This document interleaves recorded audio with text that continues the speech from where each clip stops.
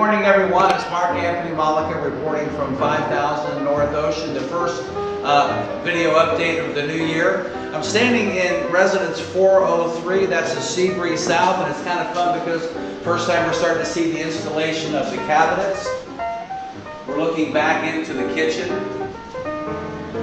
Then the large pantry that you can see in the distance. This wide opening here will be where the refrigerator will be located. So it's cool to see things coming together. And then we'll span out here and show the spectacular views that one has even from just the 4th floor.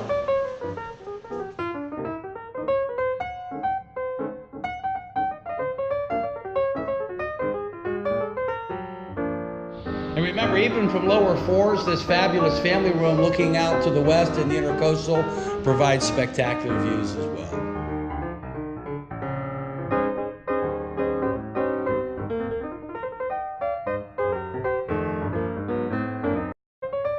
Here we're on the 17th floor on the balcony, or the terrace I should say, of 1702. One of our sea glass residences still available.